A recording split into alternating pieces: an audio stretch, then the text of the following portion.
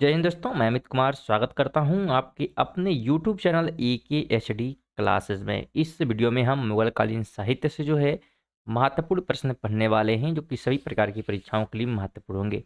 जितने भी प्रश्न इसमें शामिल किए गए हैं सभी जो है परीक्षा में पूछे गए हैं। तो वीडियो जो है बहुत ज़्यादा इंपॉर्टेंट है, इसलिए वीडियो को शुरू से अंत तक जरूर देखें, जिससे कि क्या हो आपको एक भी प्रश्न छूटे नहीं और आपकी तैयारी भी क्या है बेहतर हो सके। हम लोग जो है टॉपिक वाइज जो है मध्यकालीन इतिहास पढ़ते हुए आ रहे हैं। तो अगर आप लोग पीछे की वीडियो नहीं देखें तो डिस्क्रिप्शन में आपको लिंक मिल जाएगा, जहाँ बैठ करके आप उसे पढ़ सकते हैं। चलिए बात करते हैं अगर हम पहले क्वेश्चन की। तो पहला क्वेश्चन है कि बाबरनामा का अंग्रेजी अनुवाद किसने किया।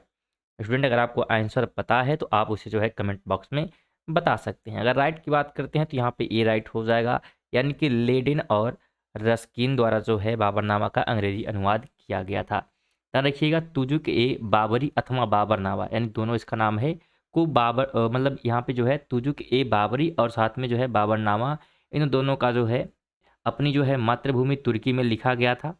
किसने लिखा था? तो बाबर ने लिखा था। और पायंदा खां और अब्दुल रहीम खान खानन जो है फारसी में इसका अनुवाद किया था। तो इस बात को भी ध्यान रखिएगा, यहाँ पे अंग्रेजी की बात हो रही है तो लेडेन और स्किन द्वारा किया गया था, ये भी ध्यान रखिए। सेकंड है कि गुलबदन बेगम की पुत्री थी। गुलबदन बेगम पुत्री थी तो किसकी थी? ऑप्शन के हिसाब से जो है यहाँ पे अगर देखें तो ए बिल्कुल राइट हो जाएगा, यानी कि बाबर की। ध्यान रखिएगा, गुलबदन बेगम जो है बाबर की पुत्री थी और उसका जन्म जो है 1523 ईस्वी में तथा मृत्यु जो है 1603 ईस्वी में हुई थी। उसने जो है अपनी प्रसिद्ध रचना हुमायूं नामा में ऐतिहासिक विवरण लिखे हैं। अकबर जो है उसका बहुत सम्मान करता था। गुलबदन बेगम ने स्वयं लिखा है कि उसने जो है अकबर के आदेश पर बाबर और हुमायूं का इतिहास अपनी स्मृति से लिखा था। गुलबदन बेगम ने अपनी इस रचना में हुमायूं और कामरान के मध्य युद्ध का भी वर्णन किया है। 3 नंबर है कि दिल्ली का वह शिक्षा केंद्र जो मदरसा ए बेगम कहलाता था, किसके द्वारा स्थापित किया गया था? तो ध्यान रखिएगा, ये जो स्थापित किया था माहम अनगा के द्वारा किया गया। ऑप्शन बी राइट हो जाएगा। ध्यान रखिएगा, माहम अनगा ने जो है दिल्ली के पुराने किले में खैरुल मंजिल अथवा खैर उल मंजिल नामक मदरसे की स्थापना कराई थी, जिसे मदरसा ए बेगम कहा जाता है। 4 है, निम्नलिखित में से किसने जो है हितोपदेश का फारसी में अनुवाद किया था? तो फारसी अनुवाद जो है ताजुल माली ने किया। ऑप्शन डी राइट हो जाएगा। ध्यान रखिएगा, संस्कृत ग्रंथ हितोपदेश का फारसी अनुवाद जो है 1450 ईस्वी के आसपास ताज अल दीन मुफ्ती अल मलिकी द्वारा मुफरिल अल कुबाल नाम से किया गया था। 5 है कि युग्मों में कौन एक सुमेलित है। स्टूडेंट जब भी आप क्वेश्चन पढ़ें तो बिल्कुल ध्यानपूर्वक पढ़ें। यहाँ पे हमसे पूछा है सुमेलित है, ज़्यादातर क्वेश्चन सुमेलित नहीं होते हैं। तो यहाँ पे ऑप्शन जो है ये हो जाएगा कि बाबर जो है तुजुक ए बाबरी इसके द्वारा क्या है लिखा गया है।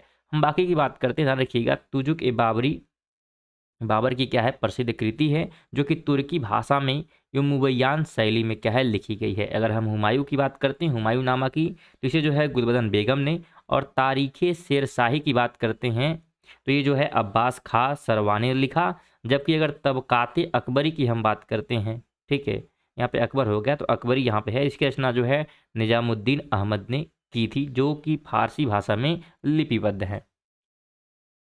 6 है कि अनवर ए सुहेली नामक ग्रंथ निम्नलिखित में से किसका अनुवाद है? तो ये अनुवाद जो है पंचतंत्र का है। ठीक है, पंचतंत्र, ऑप्शन ए राइट हो जाएगा। 7 है कि अबुल फजल द्वारा अकबरनामा पूरा किया गया था, तो कितने वर्षों में किया गया? तो ऑप्शन ए राइट हो जाएगा, यानी कि 7 वर्षों में। लेकिन ध्यान रखिएगा, अकबरनामा जो है अकबर के नवरत्नों में से एक अब्दुल फजल द्वारा वर्ष 1590 से लेके 1596 के बीच उसकी शासनकाल के आधिकारिक वृत्तांत के रूप में लिखा गया था। और कुछ पुस्तकों में जो है अकबरनामा पूर्ण करने की अवधि जो है 7 वर्ष से अधिक भी है, जिसमें 12 और 13 वर्ष बताई जाती है। और इसी वजह से यानी कि विवादित क्वेश्चन है, और इसी वजह से जो उत्तर प्रदेश लोक सेवा आयोग है उसने जो है इस प्रश्न का मूल्यांकन से जो है बाहर रख दिया है, यानी कि ये प्रश्न में कोई भी ऑप्शन सही नहीं होगा, इसका आंसर सभी को दे दिया जाएगा।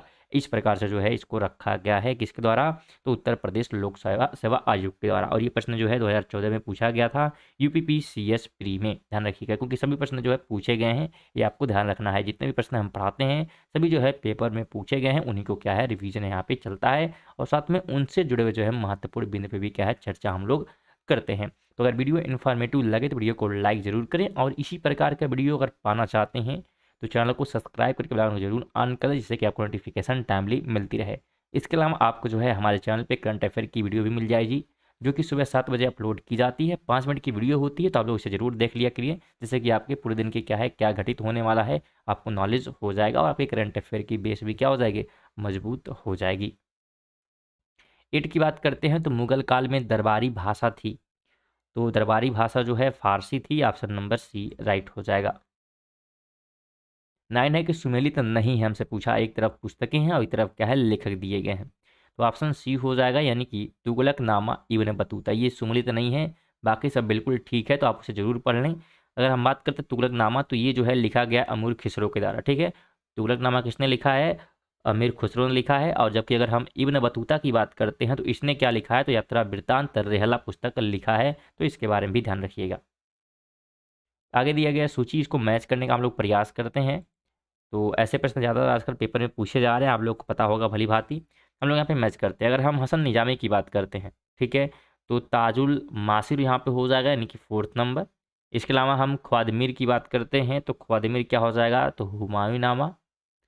और मोहम्मद काजिन की बात करते हैं, ठीक है, तो ये इसका क्या हो जाएगा, तो आलम गिरनामा, ठीक है। इसके अलावा भीमसेन की बात करते हैं, तो नुस्खा ए दिलकुशा द्वारा क्या है एक प्रकार से अनुवाद किया गया है। चलिए हम राइट की बात करते हैं, तो ऑप्शन नंबर बिल्कुल यहाँ पे ए हो जाने वाला है।